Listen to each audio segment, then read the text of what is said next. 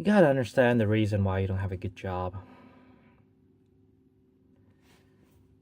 You gotta define what a good job is all about. Because there are a couple of dimensions about job. First of all, it's security. If I have a job only for 4 or 5 months, that's pretty bad because by the time I actually got used to that job, I'll actually have to find another job again. But that happens all the time nowadays because there are a lot of contract works out there for whatever it is. Then for you being very satisfied in that job, it's going to be very tough because by the time you start enjoying it, then you actually have to leave. So that's the first dimension. It's about security. Second is the pay. So pay is actually a very, very important thing because what's the point of doing any jobs if you actually don't get paid for it? So pay is very important. It's more satisfying if you know that you're above market value or you actually have been paid better compared to your last job.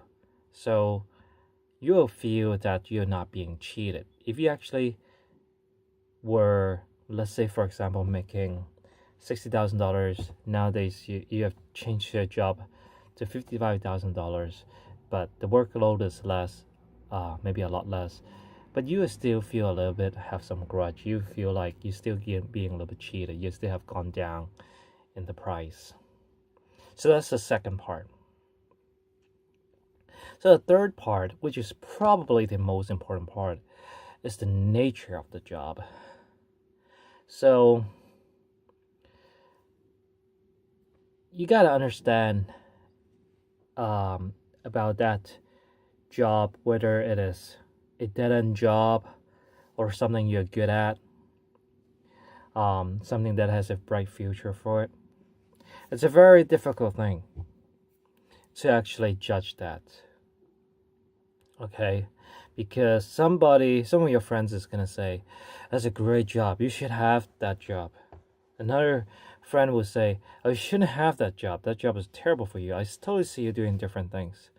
So for me, when I was young, my biggest struggle was whether to proceed with IT or not. Because in a way, it's very easy to actually make a living in IT. But yet, sometimes it gets a little bit boring. Sometimes it has a little bit of ugly people in there. Sometimes it's you feel like you might not be as updated as you wanted it to be. Like the technology is moving a little bit too fast. But after I've tried other occupations, I feel that from a day-to-day living, that doing IT is just extremely easy to make an okay living. And the pyramid, the career path is actually a little bit wider. If you're doing, let's say for example, if you're a tennis coach or something like that, it's also a pretty decent career, but the ladder is actually a little bit flatter, so it's a little bit tougher to get into certain positions.